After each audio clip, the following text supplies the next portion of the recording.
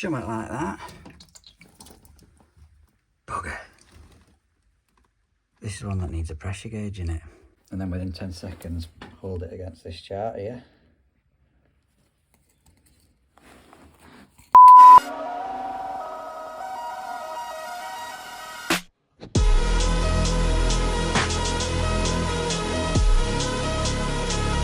What is up, YouTube, and welcome back to another episode of Life of a Jobbing Plumber. For those that don't know, my name is Dan, also known as Essential Heat King, and we post on a Tuesday and a Thursday at approximately 6 p.m. But you don't need to remember that. You just need to click subscribe and ring the little notification bell on my channel homepage and get notified of every single time I post, so you will never miss out. Anyway, in today's episode, we've got a return visit to an Ideal Logic, which I attended on a breakdown on the last episode. I've got a call out, which I'm now sat outside. Another Ideal, not sure if it's a Logic, but it's constantly losing pressure and the tenant struggling to fill it up. So we'll see what that is. Hopefully it's an expansion vessel, because it could potentially be the heat exchanger passing. It's a common fault on Ideal, but it's really hard to tell when the heating's been on, whether it's that or not. It's currently 2 degrees. I reckon the heating's on. What do you think? Let's get in there. Right, so it's an Ideal C24, an iMini. Heating's not currently on.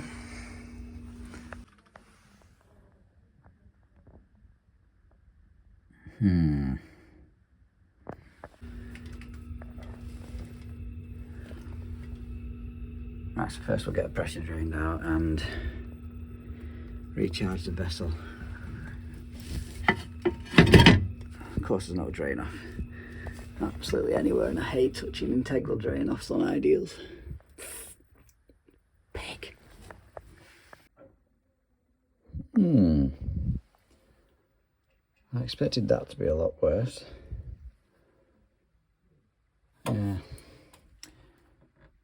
I drained it out via the PRV because I'm going to have to take that out anyway and just clean it up and reseat it, and hopefully it'll stop passing, but we might as well recharge this whilst I've drained it down anyway.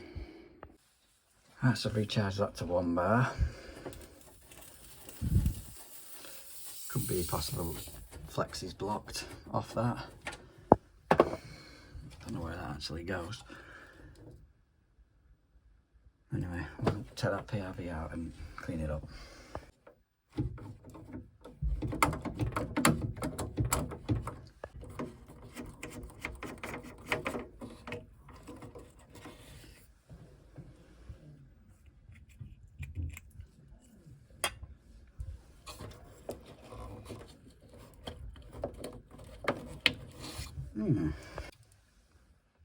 Well, it's not looking too clever, is it?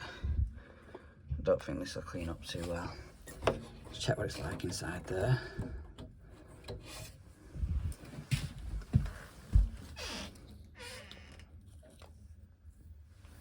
Right, so I've cleaned it up the best I can and absolutely caked it in silicone grease to give it the best chance possible of reseating. It's not the end of the world to replace it, but I haven't got one on me, and I'd rather not have to come back.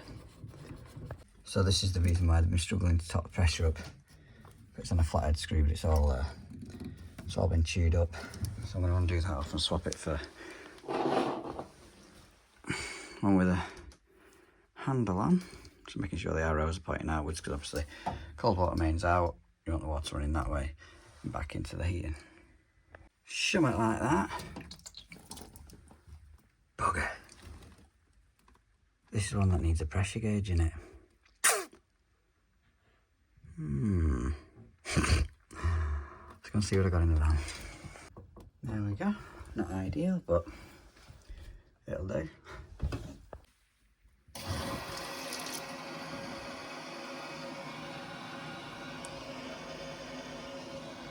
I don't know which to look at. Should be about right there.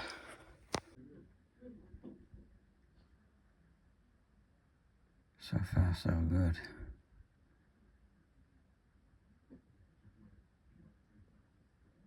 Right, so it's not dripping yet. It's been another 5 minutes, so I'll flick the heater on, see what happens to this pressure.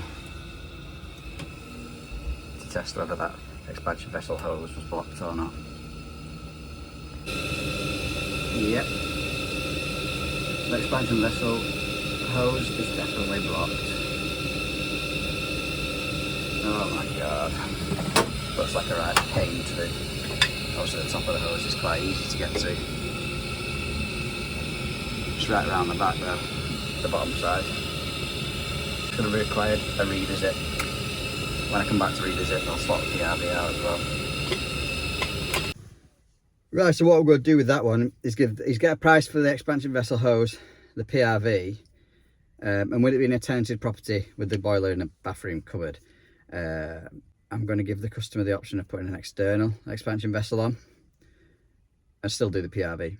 Well, I need to check and see how easy it is to disconnect that expansion vessel hose. Now it could be blocked right at the point it enters the vessel itself, but obviously this has got to be priced to the landlord, so I'm probably going to push towards more fitting an external vessel and just leaving that vessel that's there in situ. Let me know what you do in the comments. Guess who's back? Yep, so we're back at this one. So what happened was the same day I came, took the fuse out and just reset it, and it was all working. The hot water went off again, so I came back out that day and found the diverter valve was stuck in the heating position.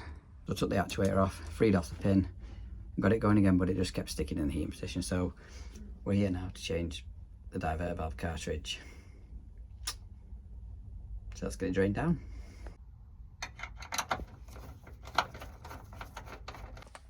So that's part number for anyone who needs it, and that is the full cartridge, both pins front and back. We'll get the water drained off first, to which I'm going to be using the integral filling loop.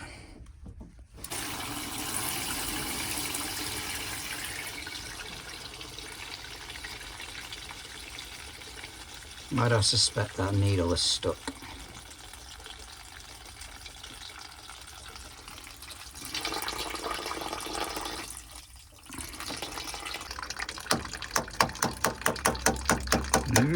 Oh, there you go.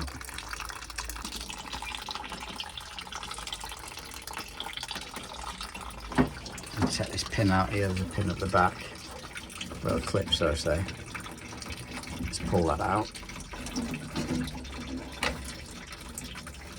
One-handed, dead easy. Not.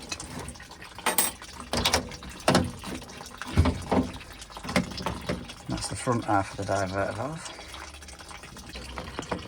That inside there is the pin that I had to three off.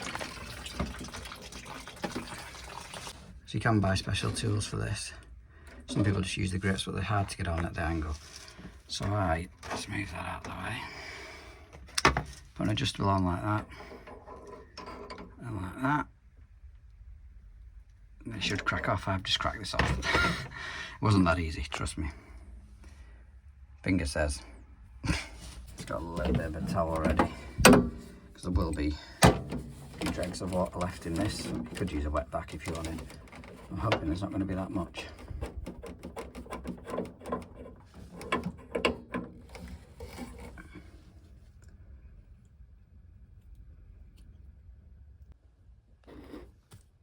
Old to new. It does feel quite free actually, but I'm just going to silicone grease all these O-rings up now and put it back together, and hopefully it'll be good as gold. I'm not going to change the back pin because that initially wasn't the problem, plus it's an absolute ball ache to get to. This plug with this little pin in as well. Can't see it being that. We'll give it a try.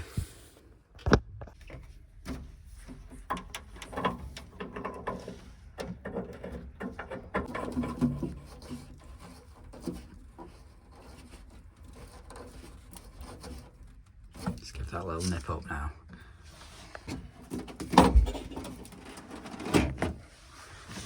Filling loop's back reconnected. Let's get a bit of water in it. Make sure I'm flicking this gauge, as I know it can be a sticker.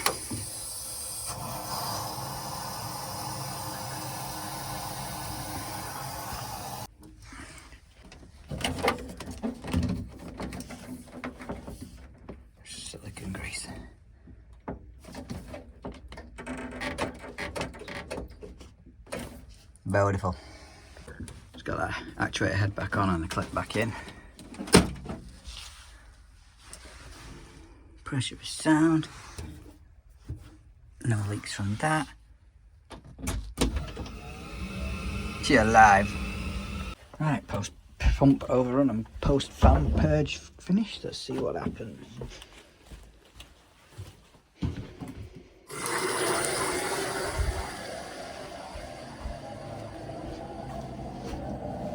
Absolutely nothing until you turn that on.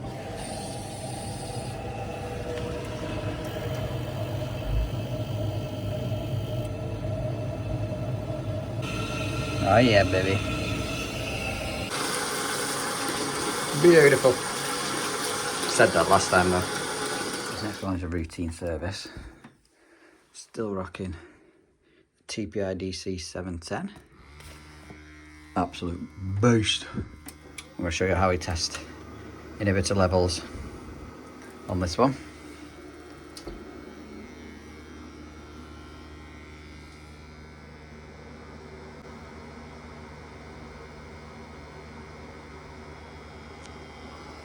So I get these two isolation valves whipped off.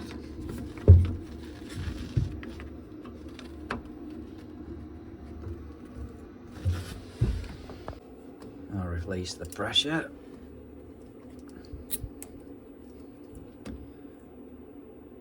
And that should just two-handed, because you need to hold it steady, spin off. How bad is she gonna be?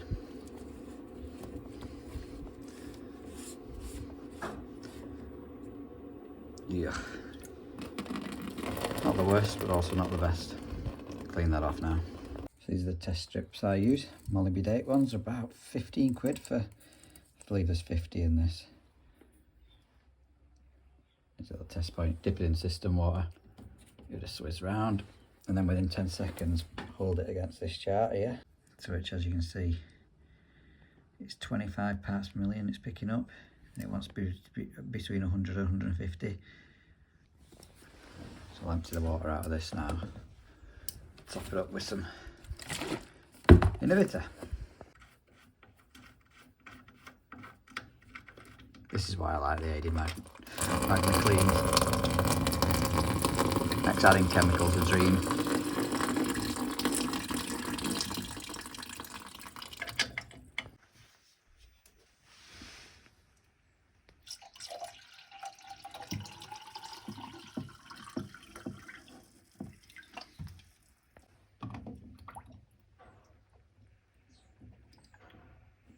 I always put too much in. There is a bucket there. And we'll open these two bad boys back up.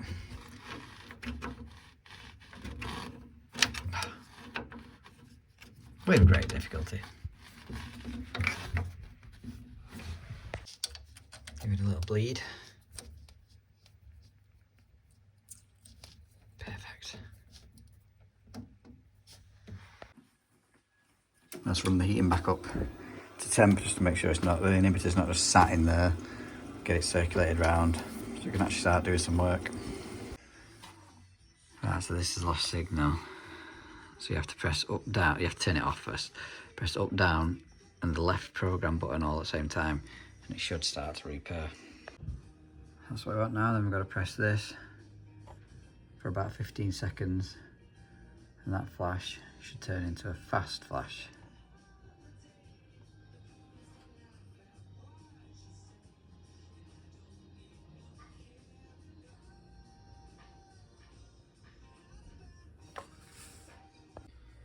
Once you're at the fast flash, you press and hold it again until you go back to the slow flash.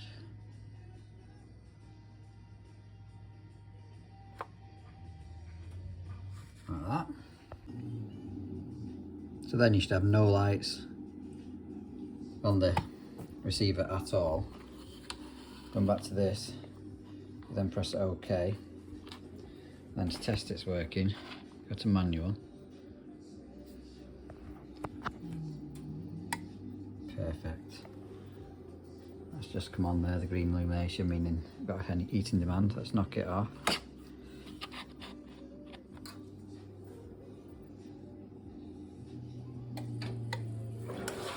Beautiful.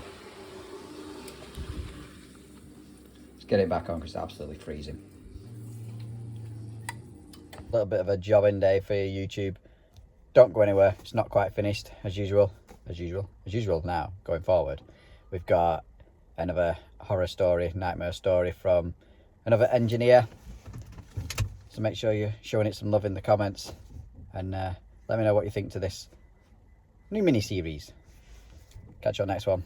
Hi, it's Richie from RJ Heating. My nightmare job was one where customer was adamant that I'd done a boiler installation, combination boiler conversion in the evening. She wouldn't have the work done in a day.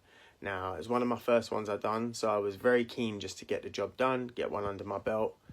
So I obliged and turned up there to do it. You know, had the boiler, everything ready to go. And the lady had no electrics in her kitchen, so no lights, nothing. I'd done the whole installation off of a little reading lamp that she gave me. Yeah, was miserable. There was also a massive hole in the kitchen ceiling. Yeah. Anyway, we done it. I done it. Got paid. Moved on. Never forgotten it, however many years later. But yeah, it was one of those ones where you're sitting there halfway through and you just think, this is a nightmare. What am I doing? But yeah, give me a little follow on all my socials. It's RJ Heating everywhere.